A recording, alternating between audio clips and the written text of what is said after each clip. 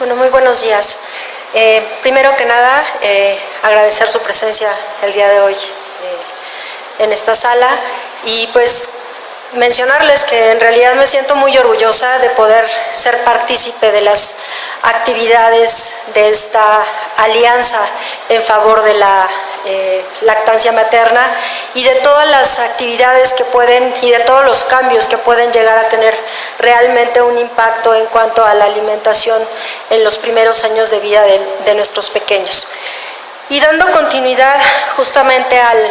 planteamiento que daba el doctor Pérez en relación a la alimentación en los primeros 1000 días de vida, precisamente señala la Organización Mundial de la Salud como parte de las recomendaciones para alimentar a cualquier pequeñito. Los objetivos que tenemos de la alimentación durante el primer año son, primero que nada, el adquirir los nutrientes que van a dar, permitir el crecimiento óptimo de un pequeño. Por otro lado, vamos a dar tiempo a que el pequeño adquiera las habilidades para succionar y deglutir, y vamos a dar también tiempo a que se aprendan los hábitos de alimentación adecuados durante esos primeros años de vida. De tal manera que, bueno, se recomienda, como ya lo mencionaba el doctor hace un momento, en la primera hora de vida ese contacto inmediato con la madre, que se ha visto que definitivamente tiene un impacto para poder facilitar el establecimiento de la lactancia de manera exitosa. El seguimiento, la continuidad de esta lactancia materna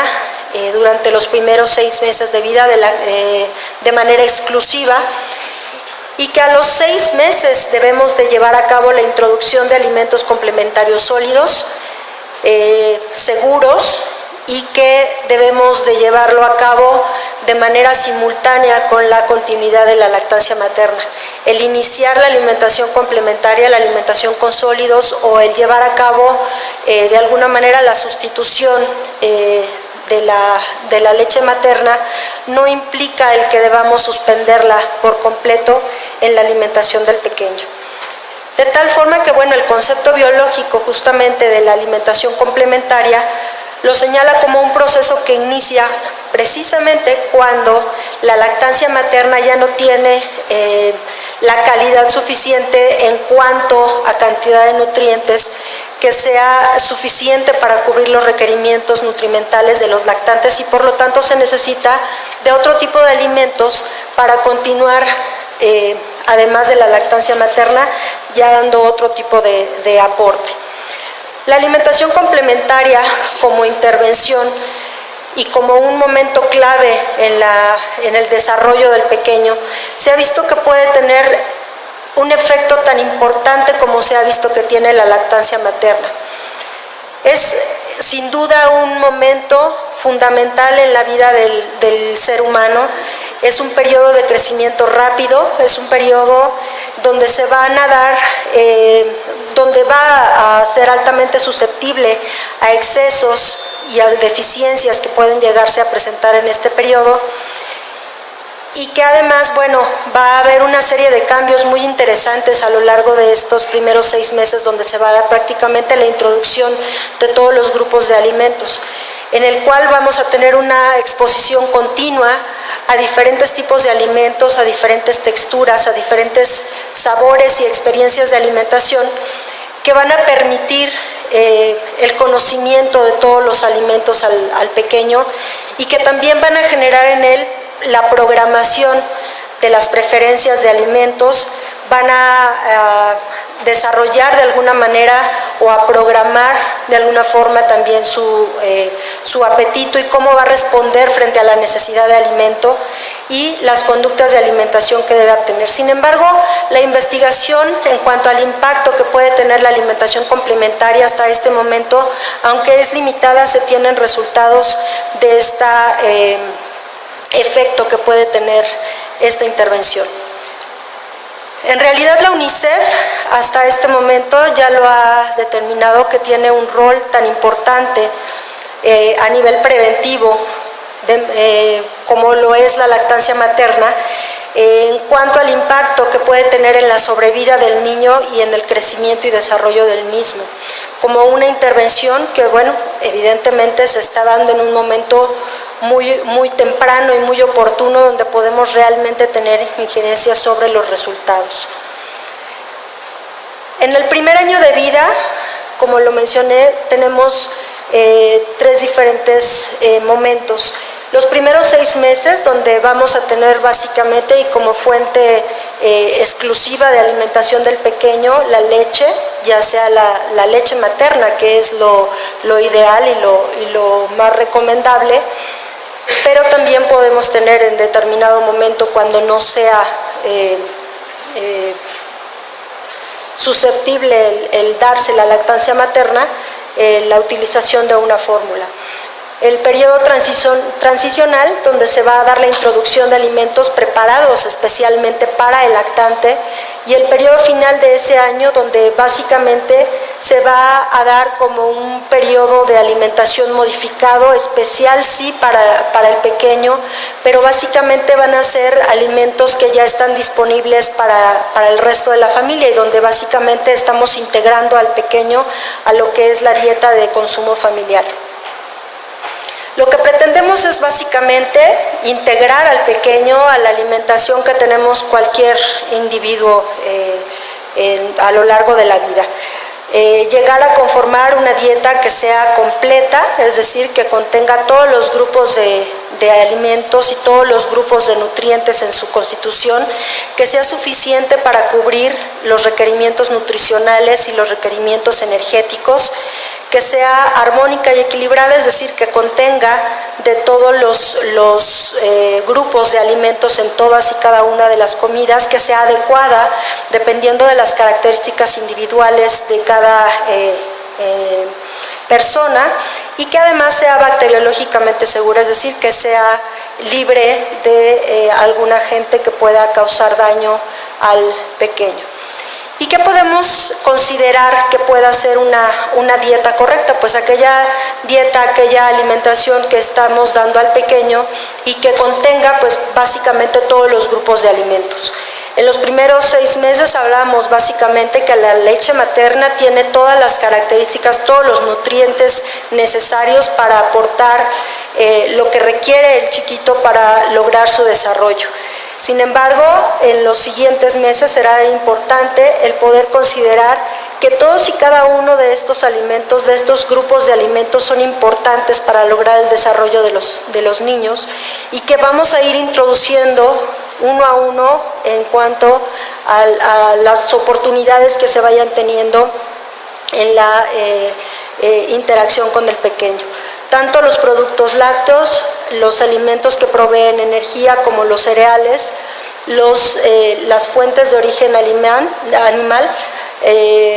y básicamente lo que son las frutas y los vegetales, con la finalidad de dar de primera mano un aporte suficiente de lo que son los elementos fundamentales en cuanto a micronutrientes, vitaminas, minerales y el aporte de proteínas necesario para cumplir sus requerimientos.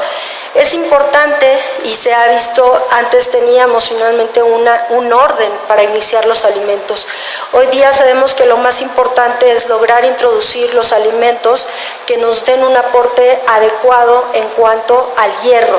y lo vamos a encontrar principalmente en lo que son las fuentes animales de alto valor biológico, en lo que son los tejidos animales, en lo que son los cereales, y básicamente en las hojas verdes. Entonces, evidentemente son alimentos que tenemos que ir considerando desde el principio, si no empezamos muy tarde con esas fuentes de hierro que evidentemente retrasan el poder dar un aporte suficiente en la alimentación del pequeño. Es importante, y se ha visto que a lo largo del tiempo diferentes estudios se han encontrado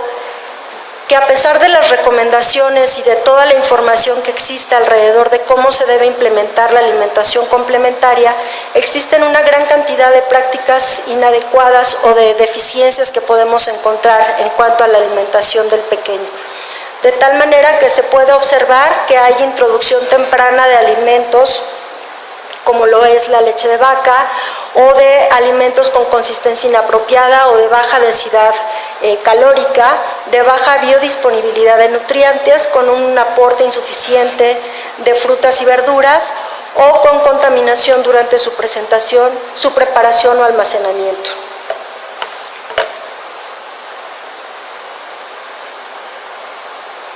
Pero ¿quién le enseña finalmente a las familias, a las mamás, a darles la alimentación a sus pequeños? A lo largo del tiempo, y si nosotros recordamos, pues nosotros hacemos mucho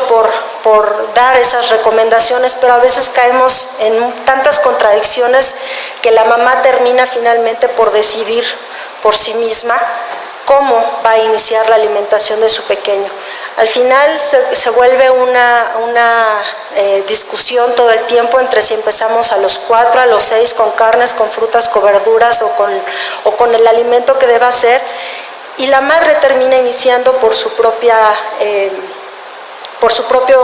conocimiento o su propio sentido común, que a veces no es el más adecuado. La participación del médico o de otros profesionales termina no siendo muchas veces lo más adecuado, y también otro personaje importante en las recomendaciones para la alimentación del pequeño pues es la abuela o algún otro familiar dentro de la familia. Pero lo cierto es que nosotros como médicos debiéramos, si tenemos los elementos para lograr un consenso, para tener una base que nos oriente realmente a dar con congruencia y con ciertas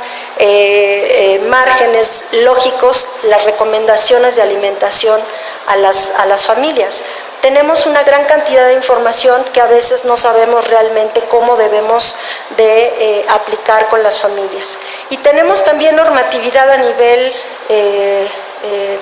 nacional. Esta es nuestra norma oficial mexicana, que bueno, podría yo pedirles que levantaran la mano a quien la conozca de principio a fin, o quien la haya revisado en términos generales. ¿Sí? Ok. Bueno, esta norma, hay muchos profesionales encargados de dar este tipo de recomendaciones que no tienen realmente el conocimiento de que existe siquiera. Y existe desde 1999 y ha sufrido una serie de cambios en relación justamente a los avances o a las nuevas propuestas que se han hecho a nivel de las investigaciones que se tienen. De tal manera que, bueno, aquí se tienen los lineamientos a nivel nacional que podríamos tomar en consideración, pero que definitivamente tendríamos también que tomar con algunas precauciones. Este consenso tuvimos oportunidad de participar hace un par de años, y pues nos dio la oportunidad de hacer una revisión muy profunda de toda la evidencia científica que se tenía en ese momento, en que ya se hablaba de una gran cantidad de cambios alrededor de las recomendaciones que existían en ese momento para el inicio de la alimentación complementaria. Evidentemente hicimos una revisión y nos fuimos a ver todo esto que ya era una discusión importante entre si era de inicio a los 4 meses o a los 6 meses. En realidad no se encontró que hubiese una diferencia importante en cuanto al riesgo que podía generarse de iniciar a los 4 o a los 6 meses. De iniciar antes de los 4 meses sí se identificó definitivamente que podíamos contar con el riesgo de generar un problema a largo plazo de mayor ganancia de peso. Sin embargo, entre los 4 y los 6 meses no había una gran diferencia entre iniciar entre los 4 y los 6 o iniciar después de los 6 meses. Sin embargo, se ha optado por iniciar a los 6 meses por dar el beneficio que se ha identificado y que se tiene claramente en resultados en relación a la lactancia materna exclusiva durante este tiempo. En cuanto a la exposición a los alimentos alergénicos, obviamente también se hizo una revisión importante y esto nos ha permitido pues rebatir todo esto que hace alrededor de 20, 30 años los alergólogos nos hicieron modificar en relación a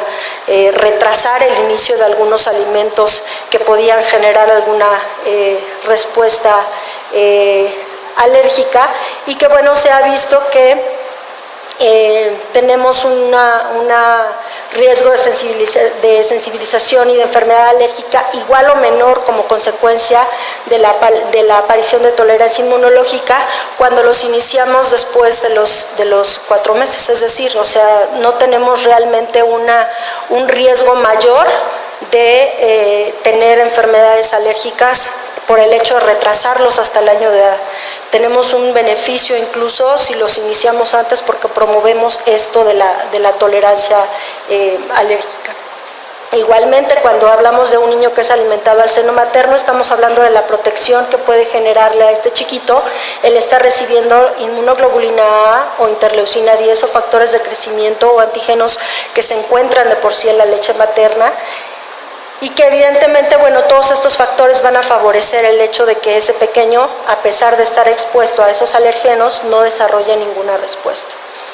Se habló de esta secuencia a los alimentos, donde evidentemente, y como mencionaba ya, en realidad lo que se propone es iniciar de manera temprana los productos de origen animal para lograr el aporte temprano de estos nutrientes. El consumo de leche de acuerdo a la alimentación complementaria en la intención de realizar esa sustitución de la leche materna por los alimentos sólidos, la introducción del agua, los días para la aceptación y tolerancia de los alimentos, que también básicamente se habla de que son de 2 a 3 días de valorar la aceptación de los alimentos de manera individual, las modificaciones que se deben tener a lo largo de la introducción de los alimentos en relación a la consistencia y al incremento progresivo de las cantidades.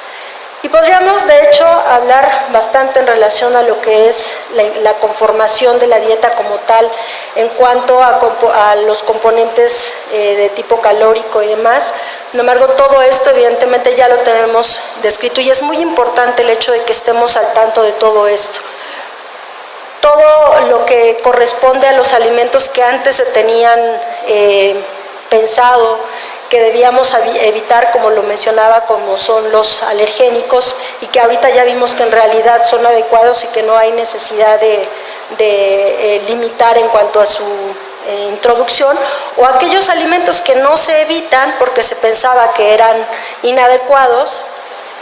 que se pensaba que eran adecuados y que en realidad no debiéramos de tener en consideración como parte de la alimentación de inicio temprano en los pequeños. De tal manera que, bueno, al final todo esto queda resumido de una manera muy, muy clara en lo que son las recomendaciones de la Organización Mundial de la Salud, en el sentido de todo lo que debemos de hacer básicamente para dar esas recomendaciones de alimentación complementaria, tanto en el niño que está siendo alimentado con leche materna como con el pequeño que está siendo alimentado con alguna fórmula, y donde básicamente resalta fundamentalmente el inicio del agua, por ejemplo, o el hecho de que se dé un avance en cuanto a la consistencia de los alimentos. Pero un punto importante que aparece en estas recomendaciones y que también surgió al momento de revisar toda la información en este consenso donde tuvimos oportunidad de participar, es la parte de los elementos psicosociales y todo lo que gira alrededor de la alimentación del pequeño. En realidad la alimentación es un proceso muy complejo, un proceso del cual depende la supervivencia del individuo y donde juegan realmente una gran cantidad de factores, tanto biológicos, genéticos, psicológicos, sociales, culturales, políticos, económicos, y que es importante que consideremos realmente todo esto que gira alrededor de alimentar y enseñar a una familia a dar de comer a un pequeño. De tal manera que, bueno, se introduce también la parte del concepto social. Se habla de un periodo de transición o de integración a la alimentación de la familia y la comunidad en general. Pero aquí entra la pregunta, en realidad, ¿qué es lo que comen las familias? ¿A qué dieta vamos a integrar a esos pequeños? ¿De qué depende que estos hábitos o lo que nosotros estamos pretendiendo que los niños aprendan en el primer año de repente se distorsione de una forma que está ya embebido o está en una cuestión de malos hábitos de una familia que ya tiene estos hábitos de mucho tiempo? Y juegan muchas cosas, pero lo fundamental y lo que vamos a insistir ahorita básicamente son los aspectos de preferencias alimentarias y lo que es la relación que se establece con el pequeño al momento de la alimentación en cuanto a estilos parentales. La preferencia de los sabores es uno de los principales factores que determinan los hábitos de alimentación. Y esto es algo que se empieza a dar desde las experiencias gustativas que se tienen desde el momento de la gestación, al contacto con el líquido amniótico durante el embarazo y al momento de estarse alimentando con la leche de mamá. Sabores que se tienen en la leche materna a partir de la alimentación que está teniendo la madre y que evidentemente va a dar una variedad también de sabores a la leche materna. Sin embargo, otra parte que también va a ser muy importante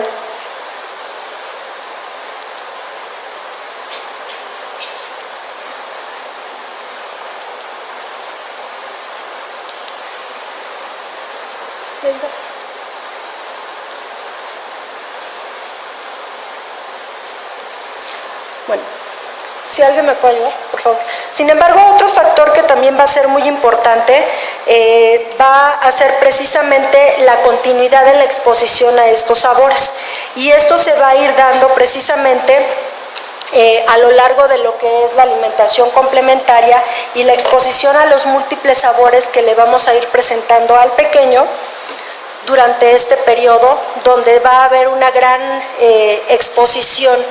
a texturas, como mencionaba, a sabores y a diferentes formas, ¿no?, de combinar esos alimentos. Esto va a tener obviamente un seguimiento a lo largo de la vida en las siguientes etapas y se va a ir de alguna manera reforzando estos hábitos y va a ir teniendo también una modificación de alguna manera, gracias, a lo largo de la vida. De tal manera que, bueno, el momento en el que se están generando estos hábitos en realidad es un momento muy importante porque es el momento justamente en el que se está no creando un hábito a partir de un aprendizaje directo, sino se está programando, se está grabando por primera vez esa información en nuestro sistema nervioso central. Entonces, todo ese aprendizaje, toda esa exposición que se tuvo desde la gestación, en la lactancia, en la alimentación complementaria, es información que se va a quedar grabada en el núcleo accumbens, en nuestro hipotálamo, y va a hacer la diferencia entre que ese pequeño tienda a buscar determinado tipo de alimentos. De tal manera que, bueno, la exposición temprana, tanto prenatal como particularmente durante los primeros 2 años de vida, van a ser generalmente lo que determine la aceptación de los sabores al resto de la vida. En este momento estamos frente al momento de desarrollo de las áreas relacionadas con los circuitos de recompensa y placer. Estamos en el momento de desarrollar justamente esto que se llama hedonismo, la búsqueda del placer para el individuo mismo. Entonces, si estamos hablando de que en este momento se está dando el desarrollo en hipotálamo del área ventral tegmental, en el mesencéfalo, que es donde se da la transformación de esos estímulos sensoriales a través de esos sabores en placer, es un momento crítico donde nosotros estamos diciéndole a nuestro cerebro qué es lo que nos gusta, qué es lo que más nos genera esa experiencia placentera. Si en ese momento le enseñamos a comer alimentos saludables, es mucho más fácil que lo vaya a preferir el resto de la vida. De tal manera que este es un momento importante para poder programar no nada más aspectos de alimentación, sino también generar hedonismo por actividad física o por algunas otras actividades recreativas, lejos de todo lo que son aspectos de alimentación o de actividad no saludables. Y viene también también la parte de preferencias que no son innatas, que son las adquiridas y que son básicamente las experiencias que nos va a generar el contacto mismo con el alimento, lo que nos genera el tener ese contacto o los recuerdos que nos puede llegar a presentar el consumir determinado tipo de alimentos. Y todo esto va a estar favorecido por algunos aspectos psicológicos, sociales y culturales. Pero todo esto en su conjunto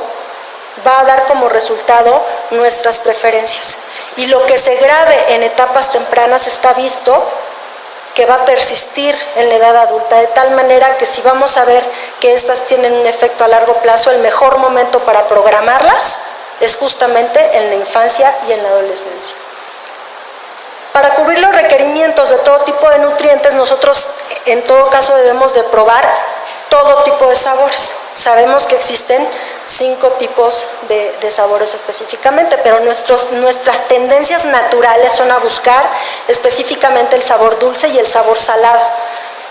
Sin embargo, también es importante el hecho de que conozcamos el sabor ácido y el sabor amargo. Hay otro que es el umami, pero que está relacionado básicamente con otro tipo de factores en la alimentación que no son precisamente saludables. El caso del dulce, si hablamos de las fuentes naturales, sabemos que un alto consumo de frutas y verduras pues está asociado con un menor índice de masa corporal en la infancia y en la adolescencia. Pero si se nos presentan nuestras fuentes no naturales, estamos hablando de que esto condiciona un factor de riesgo y está asociado a un pobre consumo de frutas y verduras además. Entonces esto está relacionado obviamente con el problema que nos hablaba el doctor Pérez hace un momento en relación a la obesidad y el sobrepeso en los pequeños. La exposición al sabor salado, sabemos que también es un factor de riesgo importante el permitir un alto consumo de sodio, que está asociado con un aumento en el riesgo de enfermedad cardiovascular. Por otro lado, la exposición al sabor ácido, que no todos los niños son del agrado de este sabor, pues resulta que se pierden de los beneficios antioxidantes que suelen tener algunas frutas, algunos alimentos que tienen este tipo de sabores. Y si hablamos del amargo, pues también hay algunos alimentos que tienen algunas sustancias, por ejemplo, anticarcerígenas, que tienen este sabor y que también pueden estar que también debemos enseñarles a consumir. Otro punto importante que hablábamos en relación a la práctica de la alimentación es la relación que se establece con el pequeño. Y en este sentido estamos hablando fundamentalmente de lo que es la relación recíproca que debe de existir entre la mamá y el niño al momento de la alimentación y que va a estar caracterizada por esa comunicación que le permite a la madre conocer las necesidades del niño y que van a tener básicamente la expresión del hambre y de la saciedad por medio del lenguaje, ya sea verbal o no verbal, y que va a ir seguida de una respuesta inmediata de su cuidador. Esto va a ir de la mano al hecho de brindarle como respuesta a esto alimentos apropiados y nutritivos y además dentro de un ambiente apropiado para la alimentación. Se dice que el ser humano tiene una capacidad innata de autorregular su consumo de alimentos. Cuando nosotros favorecemos este tipo de alimentación, el niño es capaz de lograr esta autorregulación y de no excederse al consumo de los alimentos.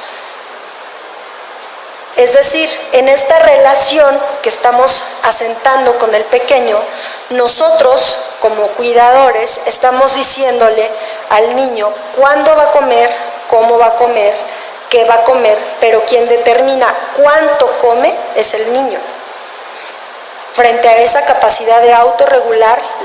la cantidad de alimento que requiere para saciar su apetito. De tal manera que, bueno, es importante el hecho de que nosotros podamos entender que dentro de esta alimentación,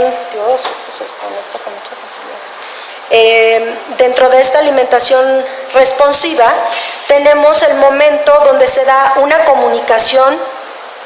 grata, donde se da una comunicación importante entre la mamá y el pequeño. Se mantiene contacto visual con el niño durante la alimentación, se da una comunicación clara, se responde y se conocen las señales de hambre y de saciedad del pequeño y se va a ayudar al pequeño, al más chiquito se le va a dar el alimento y se va a auxiliar o se va a atender el requerimiento en el caso de los niños más grandes. Se le va a aportar el alimento en una presentación pues atractiva, con alimentos que nosotros sabemos que además son del agrado del pequeño, y donde además, bueno, le estamos presentando un ambiente que es agradable para el pequeño. Evidentemente, esto es lo que pretendemos de la alimentación del pequeño,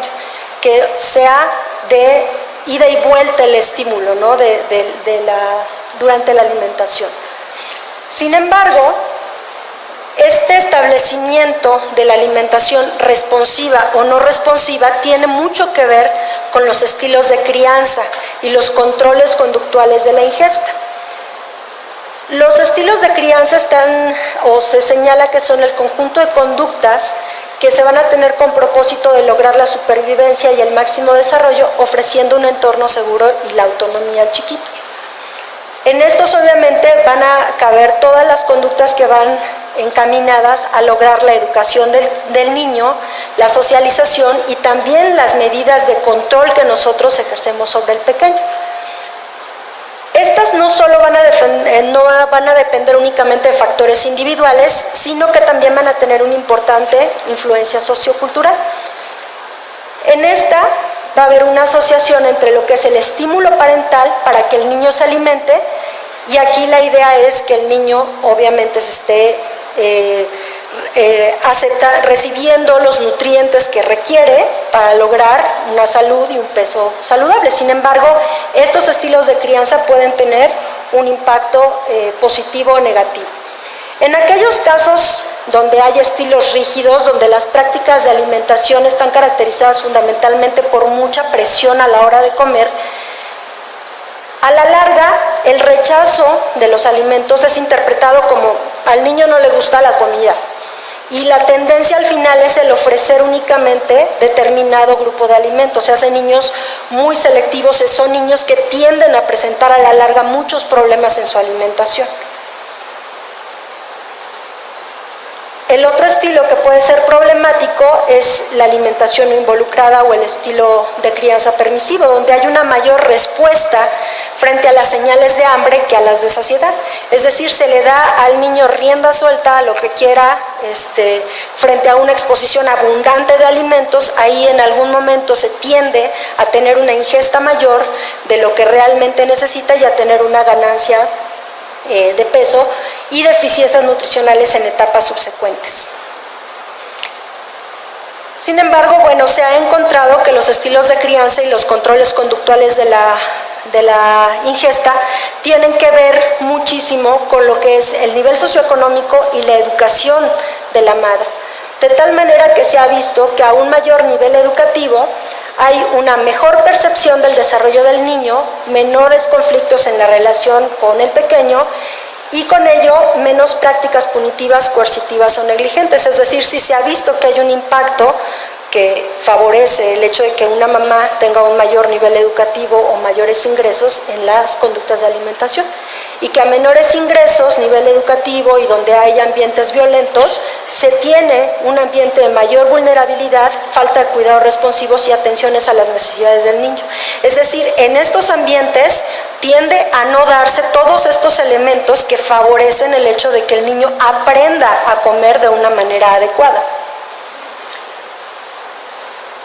Y entonces, bueno, también tenemos la parte de influencia cultural,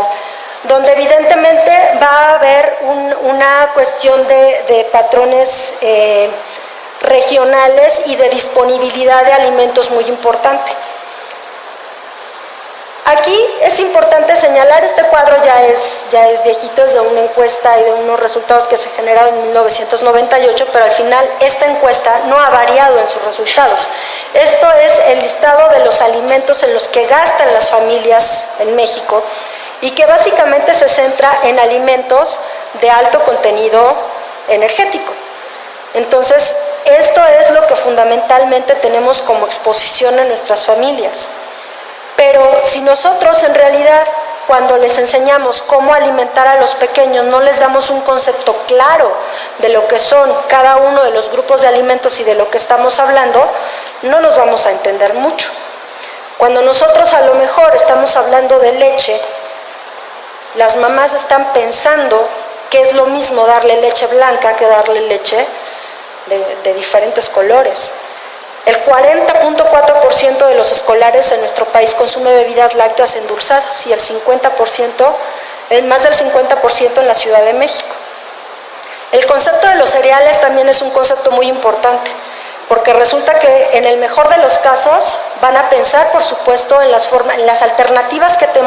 tenemos para introducir los cereales a nuestros pequeños. Sin embargo, muchas veces ya están pensando en esto, en poder darles algún otro producto de los que ya están los niños familiarizados, porque es lo que ven a nivel de los supermercados o en la televisión. Más del 50% de los escolares consumen cereales endulzados. Y muchas veces no sabemos que también podemos o debe ser un hábito introducirlos en el consumo de los cereales integrales. Cuando nosotros introducimos a los niños en el consumo temprano de los cereales integrales, ellos tienden a recibirlos de una mejor forma. Actualmente pues no tenemos cereales realmente para bebé que tengan un consumo elevado de grano entero, pero es importante, y en estudios donde se ha evaluado esto favorece que en etapas subsecuentes tengan una aceptación mayor de estos elementos. Las frutas y las verduras es así como debemos de enseñárselas a comer a las familias. El 45.7% de los escolares consume frutas y el 22.6% consume las verduras. Pero a veces nos desviamos y los vemos que ya están en el consumo de los jugos y en el peor de los casos se van por las bebidas industrializadas. La indicación sería en todo caso,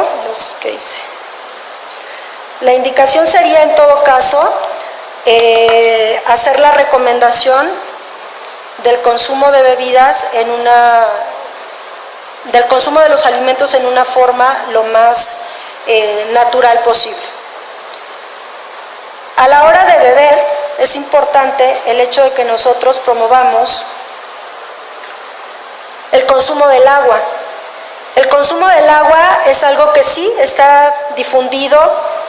de una manera importante entre los escolares en nuestro país, pero también está muy difundido el consumo de bebidas no lácteas endulzadas, esto de acuerdo a la última encuesta de salud y nutrición. Y el concepto de la hora de comer también está malentendido y también tiene influencias muy variadas, ¿no? A veces se entiende de esta forma y el niño come solo y come de una manera que no tiene realmente ningún control. De tal manera que hay que enseñar y aprovechar el momento que estamos enseñándole a la familia a alimentar a su pequeño, a las familias, cómo comer en familia. El comer en familia es un factor de protección de patrones de alimentación no saludable y se ha visto que es un factor que protege contra la obesidad en los niños y adolescentes. También es un factor que obviamente va a depender muchísimo de factores socioeconómicos, demográficos, de estructura familiar, de empleo de la madre o de los principales cuidadores de la familia. Pero se ha encontrado que tiene un efecto positivo en la alimentación y en la interacción familiar. De tal manera que también se ha visto que como un factor positivo puede tener también un efecto sobre la disminución del riesgo de maltrato, de uso de sustancias y de enfermedades mentales y de autolesión en adolescentes. Así debemos de aprovechar las oportunidades, los momentos sensibles como es el embarazo, esto de lo que estamos hablando, el momento de introducción de sólidos en los niños. Es importante el hecho de que podamos hablarles de la exposición y de la diversidad y el enseñar con el ejemplo. El hecho de que la familia completa esté dispuesta a integrarse junto con el niño a un patrón de alimentación saludable al que se van a integrar todos finalmente de la misma manera. La familia es el contexto donde empezamos a aprender y donde además tenemos un reforzamiento positivo muy importante. En las familias saludables, los niños aprenden que pueden tener un ambiente que les proporciona seguridad física y emocional, y ahí podemos empezar nosotros como profesionales de la salud a promover modelos de crianza saludable y a fomentar en los niños y adolescentes las actitudes y las conductas que les van a permitir tomar decisiones adecuadas para poderse alimentar y para poder mantener su salud de una manera más adecuada. Si hablamos de prevención, hagamos familias saludables. Nosotros tenemos realmente esa oportunidad desde que estamos tratando con mamás que están gestando, con bebés que están siendo alimentados al seno materno y con bebés que están cambiando o están teniendo una alimentación transicional con la alimentación complementaria. De tal manera que en este momento podemos sentar las bases para un estilo de vida saludable. En este momento no es nada más enseñarlos a alimentar a su pequeño,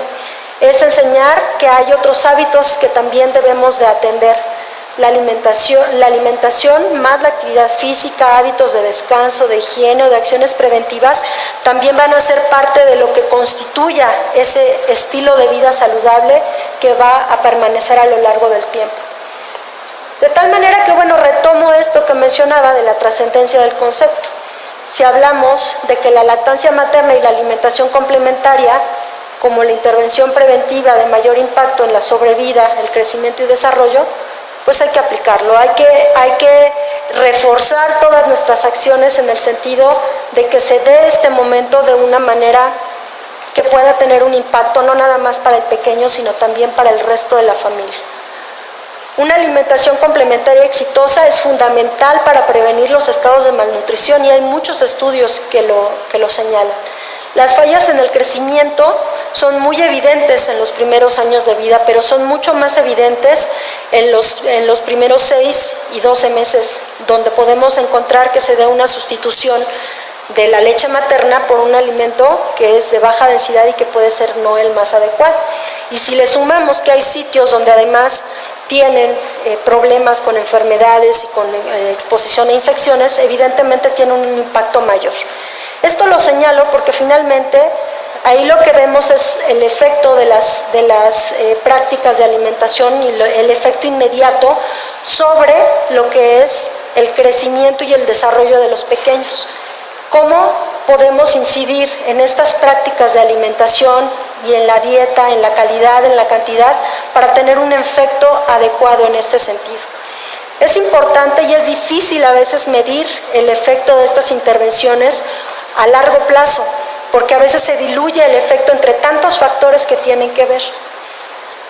Optimizar las prácticas a través de estas intervenciones es algo que se ha medido por mucho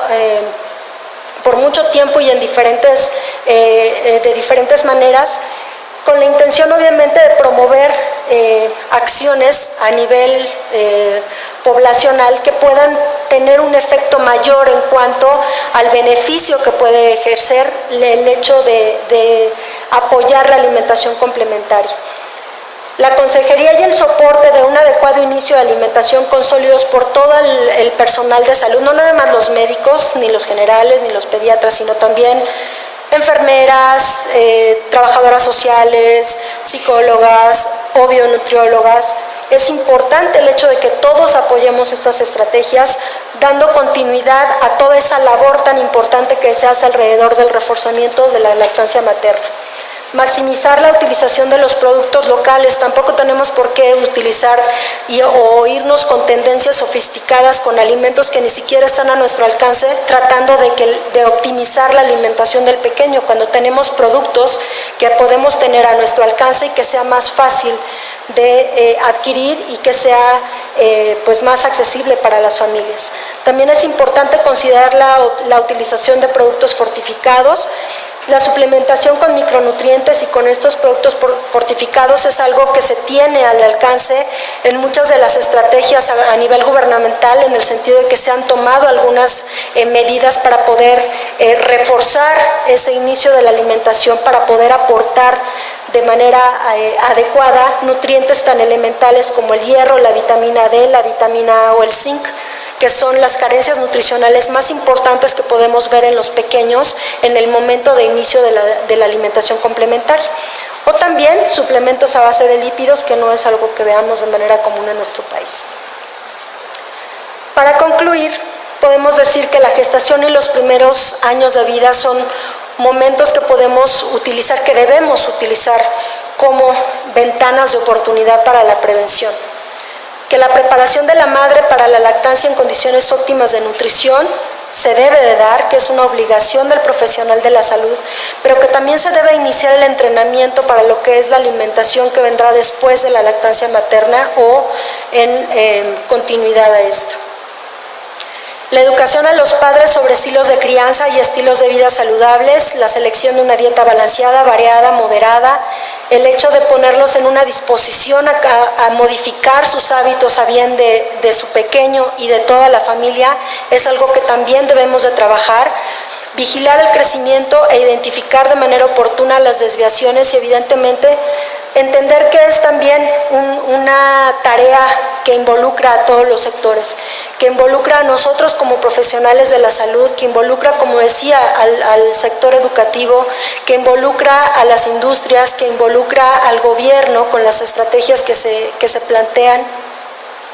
Entonces, finalmente tenemos todos, desde el lugar donde estemos, una acción que podemos realmente tener al alcance para poder actuar y fortalecer tanto la lactancia materna como la continuidad con la alimentación complementaria. Muchas gracias.